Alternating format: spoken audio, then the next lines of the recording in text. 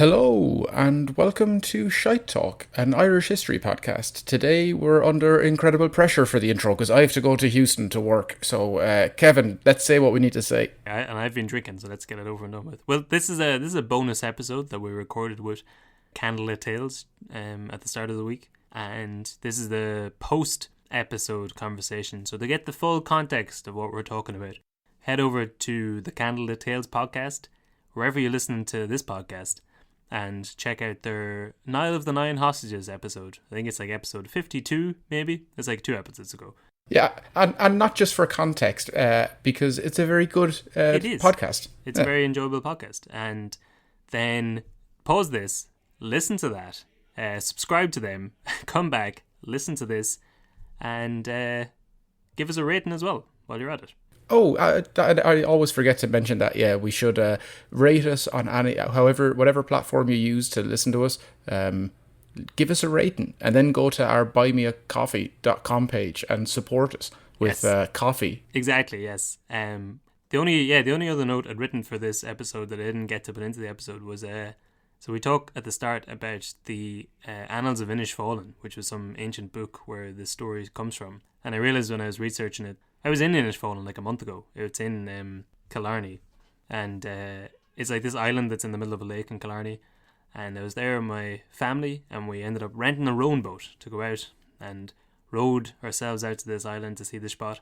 Then when I was leaving, there was a man, when you're trying to like put on a good show in front of like a man, like a Kerry man. Right, yes, yeah. You don't want to or come just across any as older soft. Irish man from the country, but yeah. Yeah. So like I was there, we were on an island, and like we left our boat there, and I came out and I was like trying to get the boat out of the dock. And I was like, what's the easiest way to get this boat out? And he looked at me and was like, typical Jackeen, always looking for the easy way, never looking for the right way.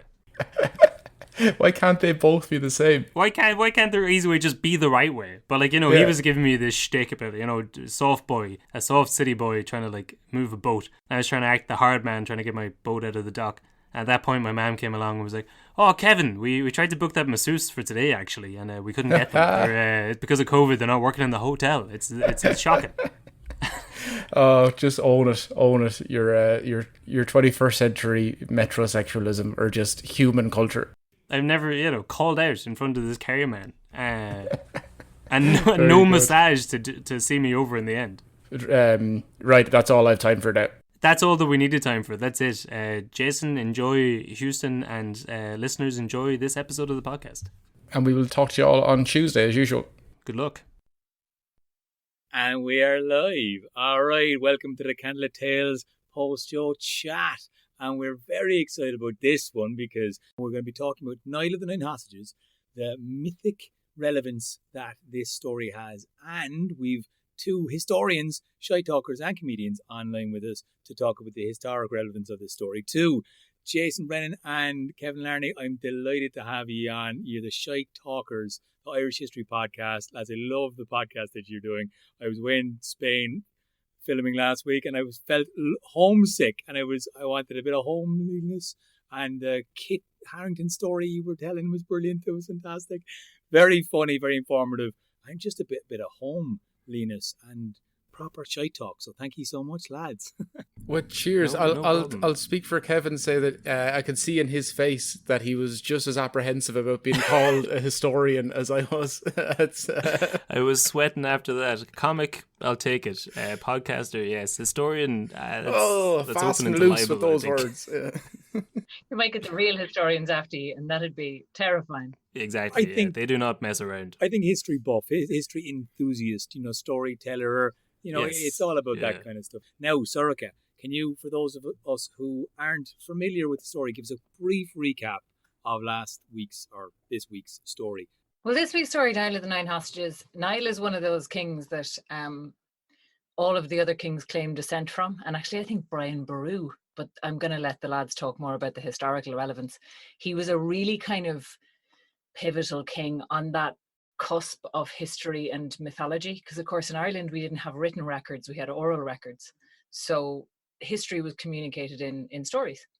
And the story of Niall is one of, he's the son of a king and his mother is a hostage or a slave, and it's a little bit dodgy. I think you told it nicely. that everybody was very consenting and it was all above board, but I don't know that it was. So, that's a choice. But she was also highly persecuted by the King Uki's wife, Mongfin, who's kind of the villain of this piece a little bit. She seems to have been the real power in that relationship. And she had 4 sons, and she wanted one of her sons to be the next king. And Niall was, there were a few different things that kind of linked him to the mythic idea of kingship. He was born onto the grass, which is something you see in Cormac MacArt as well, and kind of other mythic kings. There's a peal of thunder when he's born. His mother is a water carrier, which is this whole kind of life-giving association. And he's raised by a poet called Torna. And there is that kind of thing of like the lost prince who comes back to reclaim his place. And the first thing he does is put his mother up in a high place and dress her in purple robes. And then the rest of the story is kind of a series of tests against his 4 half-brothers, instigated by their mother, Mongfin, who's like trying to push her husband, who seems a bit spineless in the story, let's be fair, like trying to push him into choosing an heir and naming a successor, and he doesn't want to. The implication being that he wants to name Niall, but he also doesn't want to fight with his wife. And so they do this series of tests. Niall wins the forge test by carrying an anvil out as opposed to grabbing any of the tools or the beer like some of his half-brothers do. Because what you grab from a burning forge is apparently going to dictate what you should do in life. And then they have a hunt. And on the hunt, they get lost in the wilderness and there's no water. And the only water that any of them could find is from a well guarded by a Cailleach, a hag. And she's very hideous. And she says she'll only give them water if they kiss her. And none of them will kiss her, except Niall, who says, I will go one better, and lays her down on the ground and makes sweet, sweet love to her. And you and I always differ in the telling of this story, Aaron, in our choice of when she transforms from hag into beautiful maiden. Because you always go after the kiss, but before the sex. And I'm always like, no, a true king, a real king. In the dirty. He has to lie down with the hag. That's what it takes, man. But she transforms into a beautiful young woman. And in some versions of the story, she like explains that she is a metaphor for sovereignty, which I always feel is a little bit on the nose. So we usually leave that bit out. And because he's able to bring water back to the brothers, which again, life-giving, mythic thing, like the mother at the beginning, they acknowledge him as the true king. And when they go back, Mongfin can do nothing because all of them are like, well, he's the true king. We made a deal. Cool. And that's the story. That's how he becomes the king. And all of the other high kings then are descended from Niall. Because in order to be king, you had to be the son of a king. That's a little bit confusing, actually, and I don't know a huge amount about it, except what we hear about. That's why we have the lads on board. Now, look, we're going to go through this.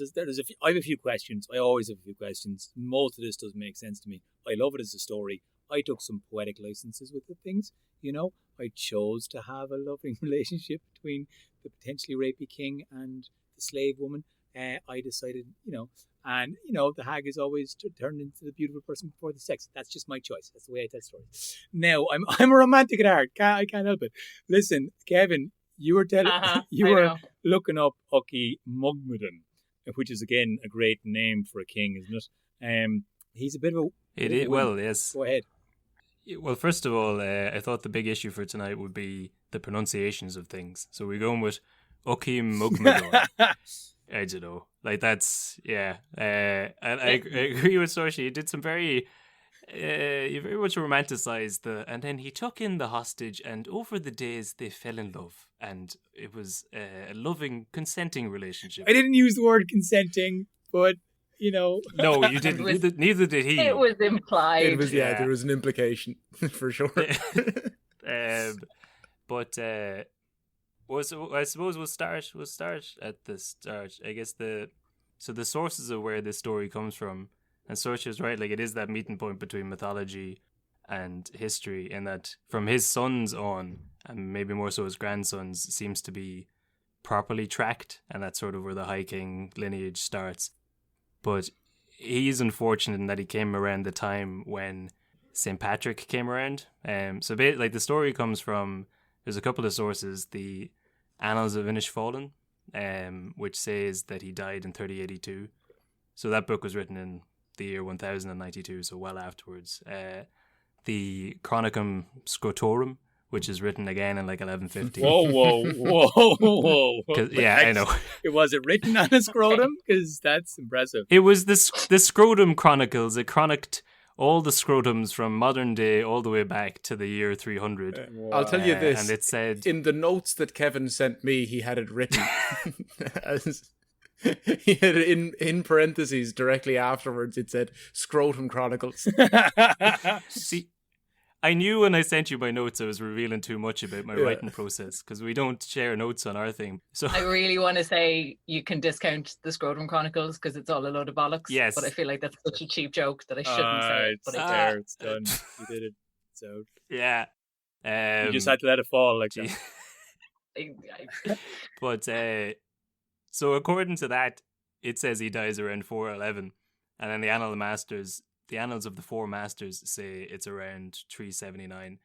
But all these books are written 500 to 1,000 years afterwards, and modern scholars like myself and Jason Brennan there reckon that all this has moved forward to accompany the mythos of St. Patrick, because Patrick's two earliest, this is a word I learned this week, hagographers who write hagographers. Doesn't sound like you learned it that well. I didn't learn it that well, I learned it up here. I haven't learned it in the mouth yet, but it means a story of a life of a saint is a hagiography, apparently. So these two lads wrote the story of St. Patrick, and they wrote into the story that Patrick meets with Niall's son. One of Niall's sons is the High King of Tara when he arrives, Ligoira McNeil. So he's supposedly the first High King to be baptized. Don't know. But since they claimed that he met Niall's son, and that they also claim that St. Patrick died around, one of them says 1461, the other says 461 and 493. So already they're not right, but for some reason, all the other books written afterwards don't want to contradict. This is hagiography. This is the word of St. Patrick, so they must be right, even though they're already wrong between the two of them. Both of them must be right. Both of them must directly be right. Contradict each other. Exactly, yes. So then, because they're talking to Niall's son, obviously Niall couldn't still be around, so he couldn't still be the High King, so everything gets moved back. So they reckon all this stuff is out by about 500 years, which... That's considerable. Little bit. But back that far, I mean, what's a couple of decades, what's a couple of centuries between mates when they're writing these things? Yeah. I think that before you go on with the actual history, I think that it's worth trying to just pick apart for a moment what a myth is versus a historic story, because sometimes I kind of get stuck. I'm like, okay, so we know our Irish history very well in the last 100 years. After that, we kind of know a rough kind of 600 to 800, we know fairly well. And then after that, things become legends. They become folk tales. They become kind of in the culture of the people. But then a myth is something that lasts that bit longer and is that much more culturally significant. And then you have this blurry line, which is obviously dating long enough back, where you have historic figures that seem to blend into myth or become characters that are strong enough that should be remembered. And I don't know, sir, can you kind of distinguish a little bit more between really old historic figures and mythic stories? I don't know. See, I think it's all about the writing stuff down. I mean, obviously, as you're saying, there can be contradictions in the written sources, but there's a reason historians look for written sources. You've got your primary and your secondary sources of the best thing is a diary that's written at the time by a person who lived through. And there's kind of almost a hierarchy of how credible things are, but they can still contradict each other. But, Ireland's unusual in that we developed writing very late. We didn't put a lot of mass in writing for a long time because you remembered stuff. That was the point. And that was the kind of thing with the educated classes in Ireland. It was about remembering stuff. It wasn't about writing stuff down. So when stories are in the oral tradition, I think it's easier to make them, obviously to adapt them and change them over time, because that seems to happen. Whereas when they're written down, as much as people can embroider and, hagographers can make things seem more miraculous than they were. I don't know that word either. We're learning together. You know, it is a blurry line though, because I think a lot of the time when people are writing stuff down for the first time, they're transcribing a myth, or they're transcribing a story that's been heard, and maybe transcribing a legend. So it's a funny one. Yeah. Jason, do you have any opinions between myth and history and shy talk in between? Yeah, like I kind of feel like with Irish people, it's just a case of Chinese whispers, where like it might have been true at some point, but then it just got like the story gets elongated, and then you start bringing in wolves and slitters and fire, and you're like, it really was one guy fought a lad beside a wall, and then within like you tell 10 people, and all of a sudden it's like it's the Giant's Causeway, and there's like it's the fury of hell, and like it's, I don't know, lads, I don't think so. And a giant is just someone over 5'8", in my opinion. Potentially. All right, sorry, Kevin. Back to you. I hope you're kind of getting towards Ucky Mugmadon at some stage, because I just love how you say it in your own accent. By the way, on pronunciation, we don't know. We don't know how to pronounce any of these names. We're pronouncing them how we learned Irish in school. And if you look into kind of different pronunciations of them, there are lots of different ways of pronouncing them. So I'm not like, we're not sure. And it's just going to change depending where you are in Ireland anyway. That's my excuse, is like, well, I have Munster Irish, so I say it this way. I don't really have much Irish at all. I have very broken Carlo Irish, which is to say none at all. And so I'm kind of, I phonetically spelt all of this in my notes, and now I'm glad I didn't send them to Kev so he could call me out on a live stream. What I phonetically spelt them out the way that Aaron was saying them, and then when I was talking to him afterwards, he was like, "Oh, not at all. I just keep making it up as I go along." But I heard it once. So Ucky Magdon, he has 4 children with Mountfint. Well, his name supposedly comes from the Irish for slave lord. Apparently that's what Magdon means, which you kind of left that out, I suppose, in the rosy retelling of his where he came from. Old Ucky the slave lord. Ucky the slave lord, with his beautiful consensual relationships with slave girls. Yes. So above board.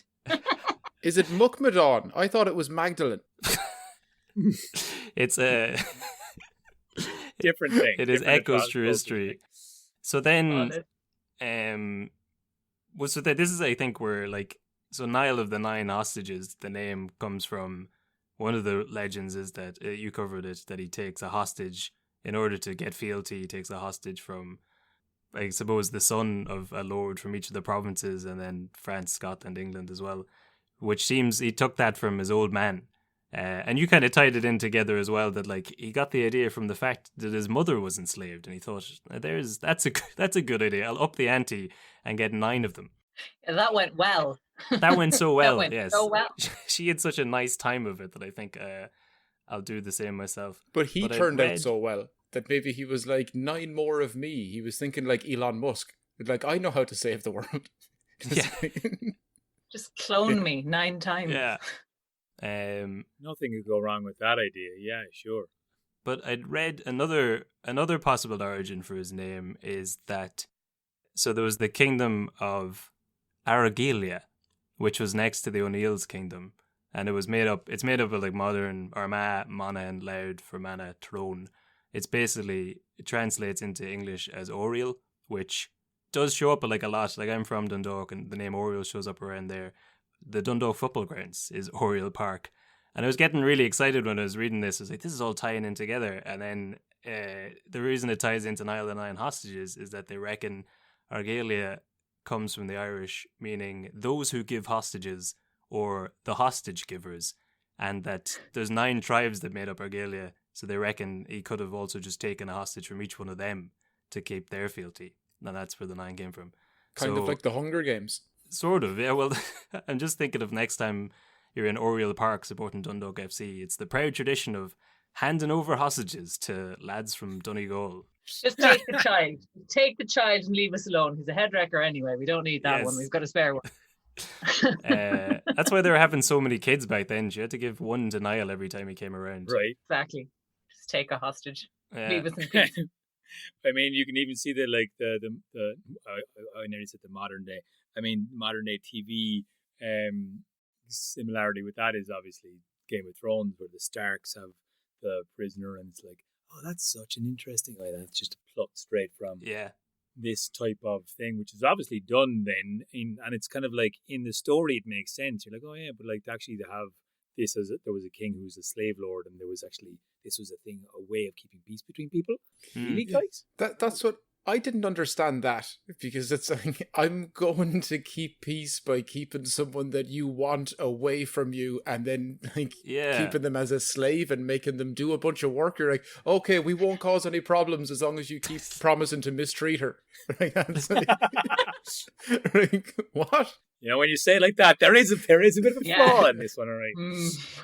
How is she doing? Is she doing all right over there? Well, we've got her pregnant. She's lifting water up and down the hill. She's doing grand. You stay where you are over there. Make her lift that water up the hill twice a day. Double that work rate. Yeah. Exactly. You got to keep her fit. We want her fit and trim when she comes back now. We don't want her turned into a slouch. Make sure you give her a good workout. But so Mugmadon's his first wife, Mongfint. Although are they first wives because they're like concurrent? So I'm not sure. Yeah, I mean, Mongfin just seems to be a bit of a fiend. She seems to be the woman that has the real power behind the king. And in every little beat of the story, every time the husband, the king, has a chance to stand up to her, he doesn't. And she shows the real kind of power. Maybe, again, it's a kind of an aspect of the matriarchy having the power beside the patriarchal kind of a thing, which is slightly more even at this time. Potentially, Sorrel, do you want to jump in on this? I don't know. I just think she's a lady who's in charge and doesn't want to stop being in charge. Yeah. Like, she's in charge through her husband, who does seem like he at every opportunity that he has to stand up to her and tell her to feck off, he gloriously refuses to take it. Yeah, it seems like he has no backbone at all. Like, whatsoever, apart from the very first decision he makes, where it's like, I want a second wife, and she's like, I don't like that. He's like, I'm gonna do it anyway, but from this point onwards, whatever you say goes. You want to mistreat my second wife horribly and make her carry water for the entire Hill of Tara? Okay, I guess. Yeah. I think he's the bad guy in this. I think it's history's been way too kind 100%. To the king, and it's like he's just lying to her, where she's like, could you get your other wife to stop being so mean to me? I've tried so much. She won't do it. I shan't hear another bad word about Mr. Slave Lord. I think he's been mistreated on this podcast long enough. I've got to step in for my client now. We got to defend Mr. Slave Lord. It's his whole name. Mr. Slave Lord, as he chose his moniker. But, so his second wife then, Karen Kashdov.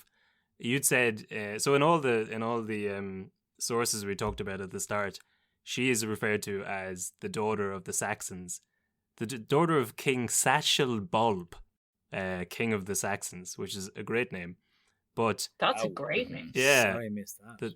The Satchel Bob, but because of the 500-year timeline shenanigans, he wouldn't have been a Saxon, and she wouldn't have been the daughter of a Saxon king at all. Like the Saxons didn't arrive in England until the 450s, and didn't invade Ireland until 684. So by the time the stories are written, it seems like they just like recast the villain to give it a modern feel for the times. So apparently the Saxons are a Germanic tribe, and the name comes from a long type of knife that they used to use called a sex. So obviously they were just like, it was the knife guys. We need a modern villain for modern audiences. No one cares about, Satchel Bulb. He's now king of the Saxons, and she's the daughter. She probably was the daughter of some lord from Britain, but it wasn't the old Saxons. Yeah, we're calling shenanigans straight away in the historical relevance of all of the rest of this. Shenanigans. Let's throw up shenanigans for this. There's many shenanigans in this story. So she wasn't a Saxon at all. No. Because they hadn't arrived yet. No. Or else she was a Saxon, but they pushed the story too far back to fit in with other things? No, I think she was probably about 100 years off of making sense to be a Saxon. Or else she was very lost. She might have You been very wandered lost. far from Yeah, Saxon territory. Yeah. We're the knife people. You know all about us in 150 or so years. We're coming. I like that, the knife people. Okay. All right, so Karen Kashtov, again, she gets pretty badly treated. I do find it interesting that, like, she's clearly, like, horribly mistreated. She's so terrified of the wife of the king that she literally gives birth and runs away from the child. Oh. How traumatized must she be as a mother not to pick up her own child? Like, Yeah. Pretty traumatized, Aaron. I don't think it was as romantic as you made it out to be. yeah. But Yeah. when she does that, that's basically the point where I'm like, right. So we've someone's lying at this stage, or someone's been misrepresented, because either the king's a terrible person. We know he is anyway. Like, does anyone feel that Monkfin's getting like scapegoated? That it's like it's made like she's just like not that bad and he's a dick. Oh no, I think she's an asshole She as well. probably is, but most of the decisions that she makes is like, I wouldn't be happy with the second wife of my husband. Because I think that's a normal human reaction to it. She's like, Yes. No, I think he's definitely absolutely awful. I don't think she's nice. I don't know. I'm a newfound feminist. I've got to like. It's not her fault.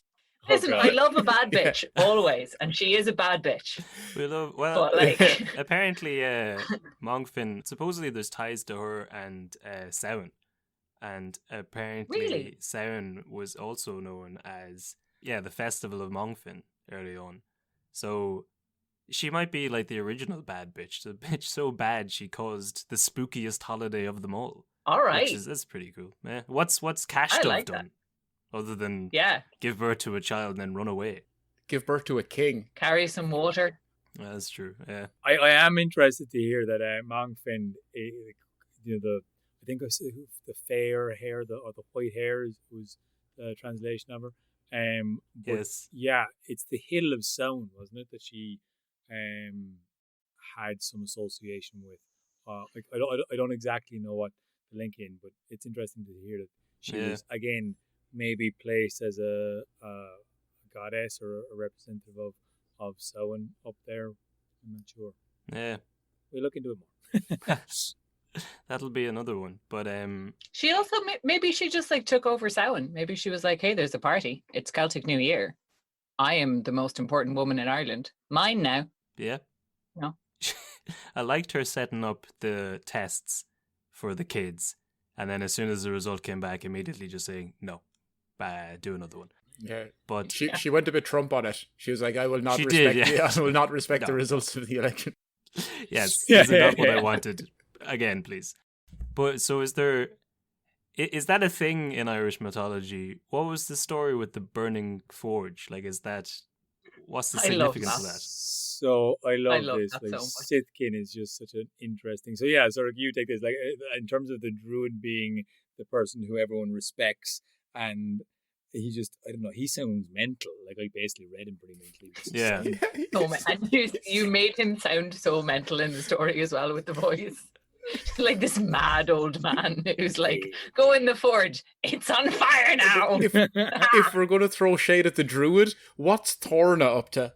He's just some poet walking around like the countryside, picking up a baby, going all Lion King with it. Va Fenwa, you shall be king. I have a good feeling about this baby. Yeah, he's just wandering around looking for discarded babies by the side of the road, as you do. And then he just runs away with the kid, and then not much is known about how he raised the kid.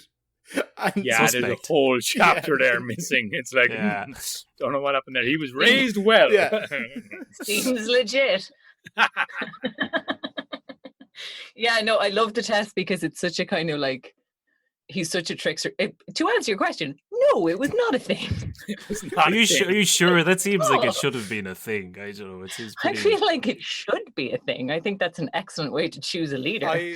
Just like tell them they're getting one test and then set the building on fire and see what they When do. I was listening, I paused the podcast just to check to see how long was left, because my guess was that none of them were fit to be king and no one opened the door to the barn. And then that's just like, okay, let's make a new one, a new batch, a new king. Yeah. You were throwing shade at, I can't remember which one it was, but one of them takes the bundle of sticks out of the fire, and you were like, oh, it means he's feeble and unfit to be leader. He's trying to stop the fire, Aaron. You're not going to leave a bunch of fuel in a burning building by the gasoline tanks and the pile of wood, and then you giving him shtick about it. Hey, look, it's not me giving him stick. It's crazy Sitkin, all right? Nonsense. That guy was mental. Also, why exactly is the test to see what they will bring out of the burning building? I mean, Yeah. surely if they get themselves out of the building. But my If you think about it, it makes crazy druid logic. It makes crazy druid sense I mean, because you're under pressure. Forges were sacred. That's actually probably a relevant detail. sure. Forges were considered sacred. But still able to be burnt down. Yeah. To prove a point. So he like, they're not that sacred. They were all shoved into a forge. And the test was, when you were under pressure for your life, what is your instinct to save? And if you just save yourself, then you shouldn't be a king. Yeah. Because kings have to take care of everybody else. And if you save the beer, I love how your man is then like, okay, you're in charge of art. Yeah. Because And being art, science. I would have put him in. Yes. art and I would have science. put him in charge of the FAI, but why did he brought out beer, and what was the other thing? Because I looked it up. A bellows. A bellows. Is that like an accordion? Because the way I was looking at it was like something to stoke a fire. I was like, that's almost worse than the guy bringing out the wood. He's like, just in case we really want to make this thing light. But I like Bring the bellows, get it back going. in the story you'd said Fiacre emerged with a bellows and a pail of beer, and Sitkin says, "You uphold the beauty and the science of the people." But he doesn't say which is which. I assume the rest of that line was, "You've upheld the beauty and the science of the people, and also you've got a bellows." The beer is all that matters. Yeah. The beer was a lot of what mattered. Yeah. Because beer is art and science. Exactly, You know, yes. Beauty and culture. Did you beauty and culture. think that the druid was like just making everything up on the spot as someone would walk out Absolutely. with like, that would be a representation of? It sounded like a junior cert English student tried to guess their way through a novel. It's like an Well, I anvil. think you'll find this represents art and science for Yeah, some it's- reason. I don't know why. It's a metaphor. Go with me. You brought out an Yes. anvil, therefore you shall be Bugs Bunny. Like, what's the like? But why was he so specific with everybody else? And then Fergus came out, and he's obviously an idiot. Most people would just be nice to him and be like, "Oh, Fergus, you'll be a man of the people." He's like, "Fergus, you're impotent. You'll never make anybody happy. You'll die alone, and everyone hates you. Fuck off." But he had to have one bad one. He had Yeah. to have one bad one. Or else people wouldn't take him seriously. You know, like he was like, "Oh, I'm going to have to hang with one of these guys to try." Which way will it be? The sticks. But like, who's the brother that brings out the chest of drawers, the chest of weapons? Oh, Ollie. Brian, Why? isn't it? Or Ollie. I think it's What's he Ollie. gonna do? Brian brings out the He's gonna hammer. fight the fire. Jason, Your number if you one got enemy locked- now is fire, and you're staying longer in it to bring out weapons from it that won't probably. No, he's an idiot. They're all terrible. If you got locked, Listen. if you got locked in a burning building, you're going to want to come out with an axe or a sword or something to get a bit of revenge. You know, Just swing it Who at it. set I'll put it fire? out. the enemy's the mad man who set the thing on fire. Yeah. Yeah, I like that his instinct is like you. I thought that was actually pretty apt. It was like, well, if your only instinct in a burning building is save the knives, Yeah. Yeah. you're definitely some kind of fucking psycho. Sure. So let's make you vengeance Yeah. man. Oh, most of them came out with objects that I would have been like, lock that fella up. Don't. But so then the second test, and I know you were debating about when does the deed get done? Is it post or pre-hagification? But the real Yeah. question is, what is the relationship between shifting out ones and ruling the country? What's the line? You know, I mean- we might not be allowed to say on this podcast, but you very well know, Kevin. You know how things get done in this nation. It's brown envelopes and shifting hags. That's Ireland. Ireland. Well, I think so. Whatever about like, so I do at least like the fact that like Sitkin kind of lands it with like, oh, sweet, Niall came out with the anvil. That's definitely a thing that makes sense. You know, things get struck. Well, that works. He'll shape the country. Great, fantastic. And then when Monkton decides to be a bit of a dick about it, he has to come up with this other one. And again, we have the whole magic element of they're in the forest and they're already thirsty. And we've talked quite a lot about the hag and the Cailleach coming up again and again, Soraka.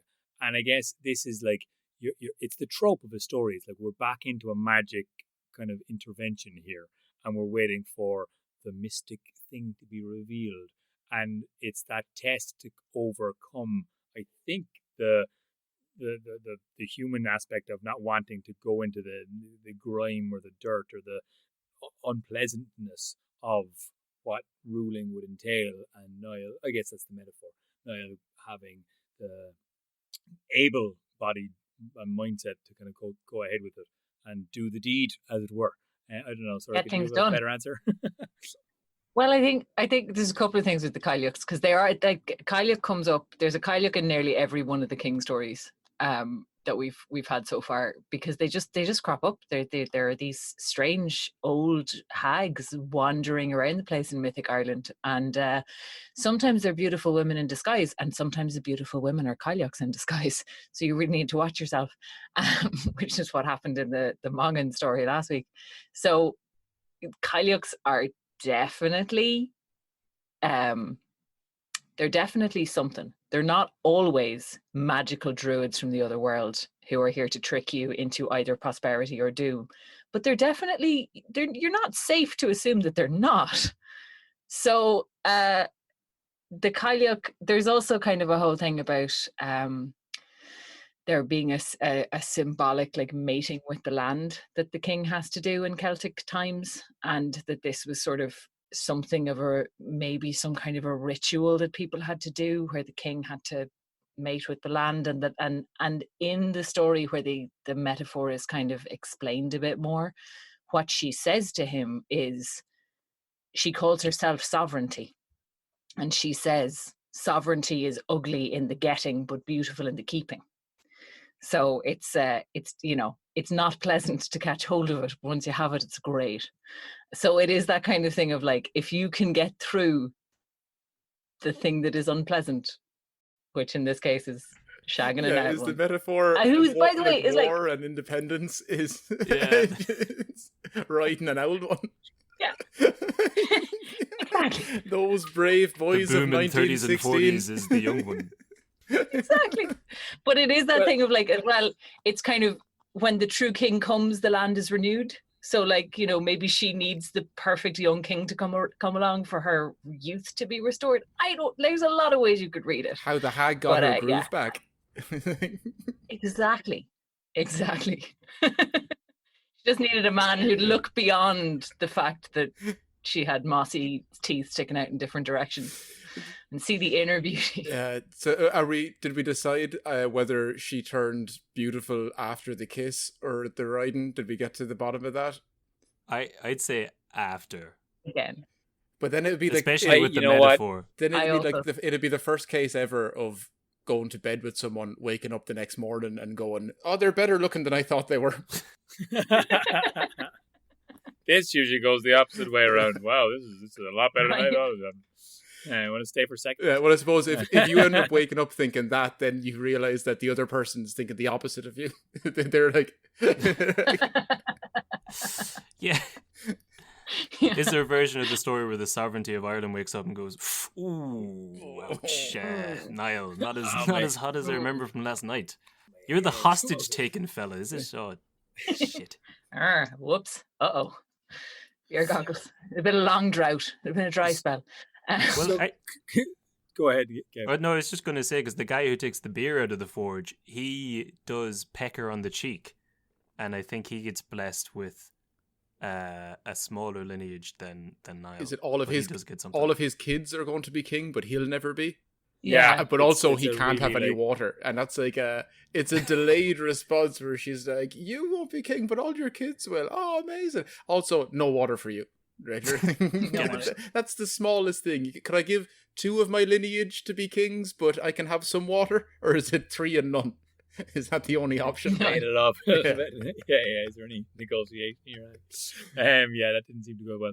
I mean, I just love the fact that they all end up at the same, like, even telling it, you're kind of going, how did they all go to the same place? How did they all get there one after another? Storytelling. I mean, what I love about this is the first thing that Niall does when he comes back, sees his mother and puts her in purple clothing.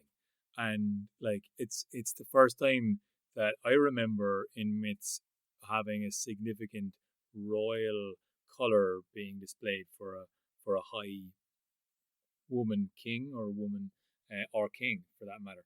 And it's just like usually it's red gold and like emerald and all these lovely colors, but purple, very royal. Is it just kind of taken something from the Europeans there or something? I don't know. Well, Find anything, Larry? So when I was listening to it, I thought that was a throwaway line, though you said she put it in purple. I kind of half remembered that there was something from like Roman culture where the Caesars would be dressed in purple and they would be the only ones that were allowed to do it. But apparently it goes back to like as far back as like 1500. Those Phoenician kings, they used, it was called Tyrian purple from the city of Tyre in modern Lebanon.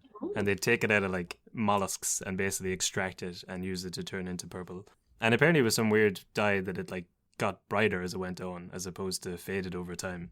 So it was only available to the elites because of how difficult it was to make. And then as the years went on, different cultures would put in laws that only the elites could wear it to kind of like separate them from the other lads.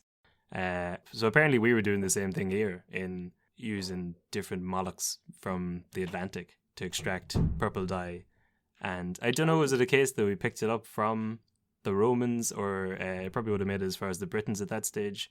Well, there was an active trade route up and down the west coast of Ireland to the Mediterranean, apparently, in medieval times. I say medieval times, meaning I don't really know that bit of history where I'm like, it's medieval Ireland probably. But there, and you know, this goes way, way, way back, that like up and down the west coast, which is why we have a lot of the prehistoric megalithic tombs are on the west, whereas if people had actually all come to Ireland from the east and migrated across, you wouldn't get as many there. So there were settlements and there was a thriving trade route. I know there's something that we talked to Oisín about ages ago, where Irish music is really heavily influenced, like Irish trad is really heavily influenced by traditional Middle Eastern music, and it was that same Mediterranean and then on up trade route that we kind of apparently got it from. There was a whole lot of cultural exchange happening there, so it could have been something that we picked up from them. And well, also cultural exchanges, that's the sort of phrase that Aaron would use for when the Vikings stole all of our women and brought them to Iceland. It was a sort of meeting of minds, you know, a couple of people went on Erasmus to Iceland and never came back. Just decided to stay there out of their own free will.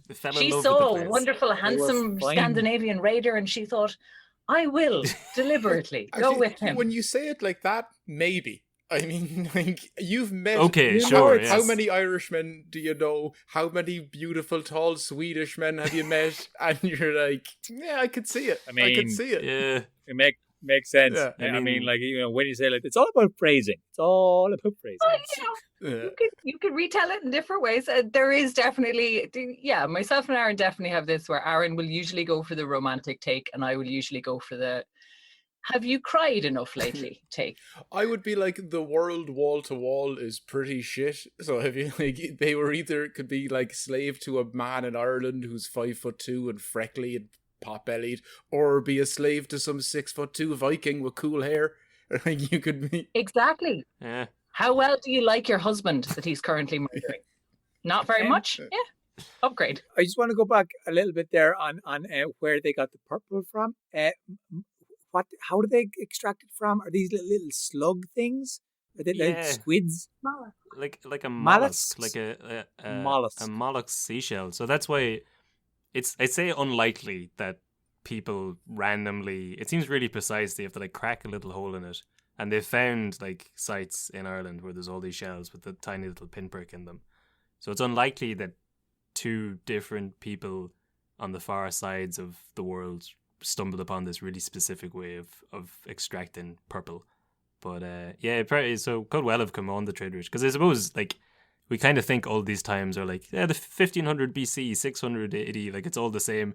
That's a good like almost 2,000 years between those. It's enough time for a bit of information to travel across Europe. So it's likely that they'd figured out how to do it from the Lebanese. Yeah, this is the thing. In my head, it's all the same. It's all one big kind of sloshy pail called the past. And I don't really know enough about it. Like in the year 4000, they'd be thinking about our time. Like they had wattle and dub in the year 0, and in 2020 they had bricks. I don't know how it happened. It's like overnight.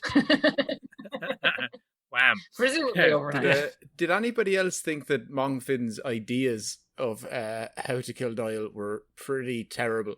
Like after the burning of like the forge, then she goes away and says, go fight each other, and then he'll come over and just stab him, and that's it, and that'll work. And then that's her great idea. Oh, that didn't work. Okay, cool. Also, she says like, and when anyone finds out, just be like, oh, we stabbed the wrong person.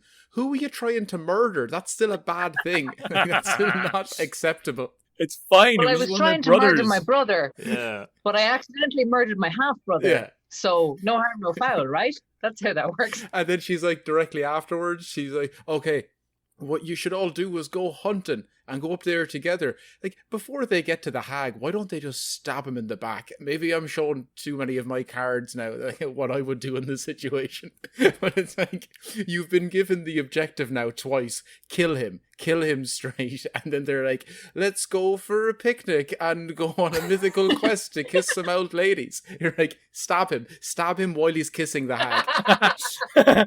Plenty of opportunities to stab him, in fairness. He's very distracted. I mean, I think again it goes to show that like who the real puppet master of the sons is Mongfin, and how they're kind of like don't really know what to do, and they're a little bit, what'll I do? Okay, ma'am, yeah, I'll just start a fight over here. Oh, I'll do that. Yeah, sure, no problem, ma'am. But you know, they're not. They don't quite seem to be very smart. They're not the brains of the operation. I'm not entirely sure that they want to be king. Yeah. You know what I mean? I get that impression with the lads as well, that they're very used to being told what to do by their mammy, and that's why she wants them to be king, or one of them to be king. What about Fiacre bringing 2 or 7 litres of beer out of a burning building makes you think he doesn't want to be king? That strikes me as a man who's stepping up to the plate, looking for responsibility. Got my giant barrel of beer and my bellows, and I think if I put the bellows in the beer, and then like we could be onto something here, lad. Art and science. He's happy. It's a massive like beer funnel. It's genius. It's like maybe that's what they never thought of that. It is a genius idea. It's like, oh wow, we elected the wrong king. Imagine where we could be today if we had have had the beer king. Because you know it would suck the beer up as you open it and then just pour it out. It's brilliant. It's perfect. Amazing innovation in that lad. Yeah, no, I think he wanted to be inventing. You know, what is that game where you drink the beer from the hat? Alcoholism. Here. But there's another story from Mongfin where she, apparently another version of the passing on the legacy is that Ichman dies and Mongfin gets her brother Crimthorn in, but when he goes over to Scotland for a visit or something, her sons take over. Now and then when they come back, she sets up a feast between the sons and Crimthorn, and plans to poison Crimthorn during the feast, but he is rightly enough suspicious of her. He won't drink the drink unless she drinks it first. So she just straight up poisons herself so that he'll poison himself to let the kids be king, which is a pretty baller move. Or it's very Halloween of her anyway. I reiterate, she's a bad bitch, man. That's pretty bad. That's a killer move. That's amazing. Yeah. I love that. She's got the least ambitious kids ever. It's like all you need to do is kill one dude, and you'll have like unlimited power. We will have a stranglehold on this whole country, and they're all just like, Because I didn't know, I couldn't fill in the gaps between these two bits. But yes, after she kills herself, Niall becomes king anyway. So I don't know, and like Brienne is second in command. So even after the mother like takes one for the team and literally poisons herself and her brother, they're like, Niall, Henny, do you know what to do? I don't know. We're so browbeaten by our mother, we have no will of our own. Will you tell us what to do now forever, please? But that does seem like what's happened. That it's like she's been in power, like she's been in control of them for so long. None of them, like Brienne's the closest one, and even he doesn't seem like fully with it. No. I have been sent a good article there by Maria. Thanks for sending that to us. About on Voice about Monkton. I'll link it in below, and it's the legend of the Witch Queen who inspired Halloween. So there you go. That's been found, and you can all read that in your own time. And so that's going to go. I'll put it in the links below. Before we end up, though, I think you just reminded me, Jason. I never mentioned Torna, and he's quite a character in this that kind of picks up Niall, has that prophecy, and then he very significantly puts his hand on Niall's shoulder and says, don't fight with the sons of Monkton, let them be. And that again goes to the kind of cultural respect that we had at that stage for poets and druids, and this kind of elevation in class, and this seeming kind of like all-knowing character who seems to be kind of not quite the same status as the druid, but I don't know, poet, druid. Was there a big distinction in that, Soraka, or am I missing something? I don't know. I'm gonna pass that over to the two historians, because I think like they're both of the educated class, which is the Fila, and they're different types of the educated class. But what do you guys think? When I read it first, I was kind of thinking like James Clarence Mangan, like poet walking around with like a cape and a hat that's like Harry Potter, and he just like he's drinking pints in the Bernard Shaw and he's smoking joints and he's telling you about all these great things. He seems like a lad in the dole. Don't be listening to him. Don't be like he's been a government artist for 20 years. But then you start thinking about it, you're like, well, yeah, because of druids and storytellers, like town to town like storytellers, it's not so much poet as it is like a historian at the time, like keeping alive the mythology back then. So maybe, but also it's weird again to pick up a kid and be like, "You're gonna be king." You're like, I wouldn't listen to that man nowadays. Like I wouldn't. I feel maybe we've just lost too much respect for the poet class, but I feel like we would disregard his opinion pretty quick. But also, when he put his shoulder on the kids, on Niall, to be like, leave the boys to fight it out themselves. How long did they keep fighting? Yeah, I had that same question. 3 days later. Yeah, because there's nobody else there. It's just, like, Bongfin's gone now. She's like, go back there and fight until he comes over and kills you. Only other two people around her are the druid, who's been highly disrespected. So he's probably pretty done with the situation now. He's pretty over it. And then it's just Niall and Thorna going, okay, we're staying out of it. So they're just like play fighting for like until someone dies. I don't know. Yeah. It's a whole good reason to not make any of them king. But there's another part of the story then about Harry dies that involves another like druid / poet. And I was thinking the same thing, like, so there's a guy called Leitcon, and I couldn't figure out, I assume he was casting spells as opposed to giving poems, because it talks about how, like, he gets in a beef with Leinster, and then it said that he, like, cast a spell and, like, nothing grew in Leinster. But then when I read on, it turns out that he was just, so the quote was, like, thereupon for a whole year, the poet kept satirizing them and lampooning the men of Leinster, and so that neither grass nor corn grew with them, nor a leaf to the end of the year. How good of a rap does it need to be? A slam? The rap battles in ancient Ireland must have been fucking amazing. Like, kings were deposed, crops withered, people died of satire. Just of standing on a hill, spitting lyrical fire, and the trees are like, I'm out, I'm done. This is... Maybe we can get it back. We can get it back in 2020. We'll have Versatile and the Rubber Bandits go head to head, and that can be our phone in kneecap from Belfast. I don't understand what they're saying. Don't you get us embroiled in a rap battle with kneecap, Jason? Do you take that back? That's the whole point. Maybe that's why it's not working magically anymore. Maybe we need them to slow down a little bit so we can understand them. Maybe then the magic would come back.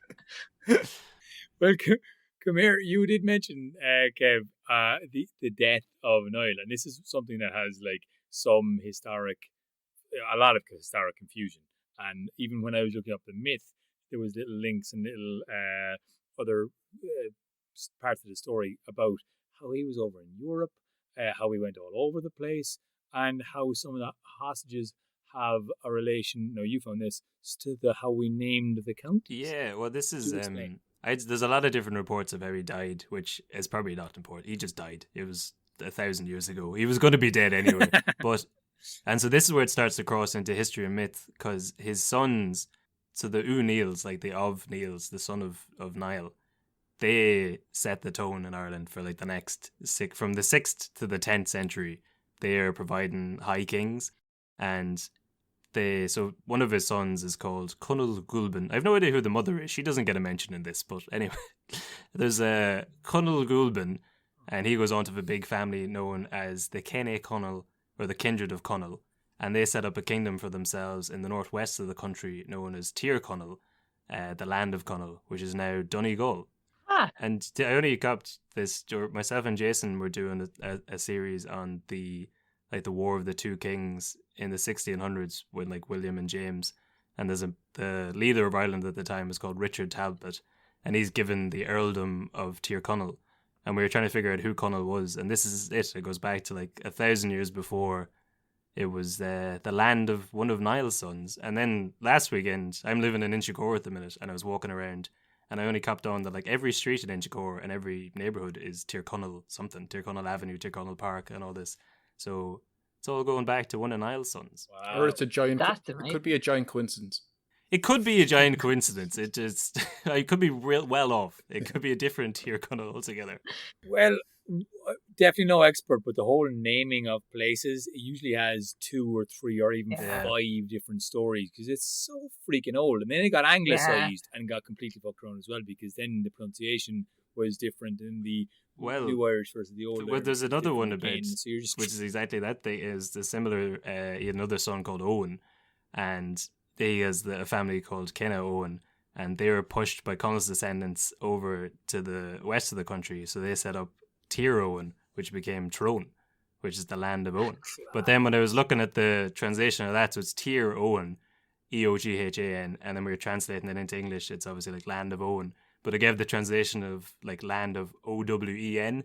As like you've translated it too far, translated half of it. But even when you translate it into English, you still can't be like, it's still not Owen. It's Eoin at a stretch.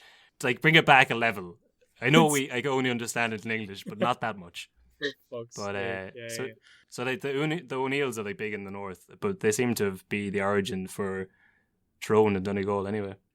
Cool. Yeah. Amazing.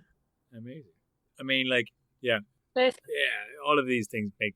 Well, it's a whole area of folklore is like the Din Shanachas and the the stories behind the place names of Ireland, and like you said, Aaron, it's very scrambled because of things being anglicized and also things having many different versions of how they got that name. But it's like fascinating. It's really cool. Listen, lads, thanks so much for doing the research of that, finding out way more than I had expected, and chatting shite with us. It's been very, very entertaining. Kevin, I hope you're all right in Inchicore. Jason, I hope you're keeping well over in Texas. And Sorka, it's good to see you. I know we're all separated but connected, so we're trying to keep up our social interaction. What Aaron means is he's going to go full crazy over the next 2 weeks because he has to isolate again. There'll be a podcast every day for the next 2 weeks now. Oh, crazy. There probably will. The next podcast, The Collective History of Ireland. And it's going to be one podcast. It's going to be 57 hours long. Yep. One take. Here we go. Here we go. I got my espresso. I'm good. I am good to go. All right. Yeah. All I need is a few spuds on the side. Yeah. Thanks a million, Dad. He's also proud of it. I did grow my own spuds. Okay, listen, lads. Thanks so much. We'll be releasing this podcast soon. Thanks, everyone, who joined in the live stream. I didn't keep an eye on it. Was there anybody I meant to check and ask you? Did people message in? Should we say hello? Read comments out? Did that happen? Well, we could guess and just cover our bases and be like, hey, John and Mary and Moira and Philip and Finton and how many can we do? And Patrick. We'll cover all. We've got actual people who commented. Jasper, hello again. Maria, Kira, Sunbeast66. That was my first guess. So there you go. Of course, Sunbeast. Of course, Sunbeast. Thank you so much, guys. There. Yes. I haven't quite gotten my head around multitasking enough to be able to actually read the comments while we're doing the podcast. But Sure. it's fine. We're getting there. We're getting there. This is a thing that we're trying to do to pump up the subscriptions on the YouTube page. So if you haven't subscribed, subscribe. And listen, if you enjoyed the lads' Shy Talk, well, go over to the Shy Talk Irish History Podcast and subscribe to them too. Listen, lads, we'll be chatting to you. Thanks so much for joining us. And Good luck. Slán, Look, thanks for having us. I'll see you. Yeah, cheers. Thanks, Mina, guys.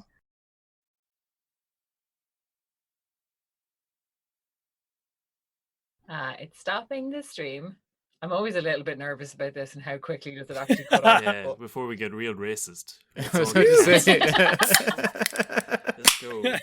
You know who's a real shower? But like, but you know what? You've never seen it. Like, that's never been used as an excuse, like as a defense for like someone's never gone like, I was only having a laugh. Like everyone, like it's. But also, no one's ever been caught only having a laugh though. Like Richard Keys and the guys from Sky were saying some pretty. Like everyone's always been caught saying pretty fucked up stuff. Yeah, but like, I'm just waiting for the first one in Irish media to be called me like everyone knows I'm a joker. Like I'm a character. Did you see Ming Flanagan's tweet there during the week? No. Oh yeah, where he said he got Facebook hacked. He said he got hacked, which is like a 2012 excuse, but at 3 a.m. on Twitter, my dog ate my Facebook password. He put out a tweet saying Saoirse McHugh skinny dipping photo. Oh, and that was, and then he said he got hacked afterwards. That's a man who thought he was writing into the Google search bar. It was into like because apparently he was supposed to be writing into his Twitter search bar, and then just put it into his thing. I don't know. Oh, but then the next day he said, "I've been hacked. There's some bad men out there." Try to bring yes, there are some bad men out there. The people who type that shit into Twitter search bars. into their Twitter search bar, man. That's like his colleague. Yeah. Yeah.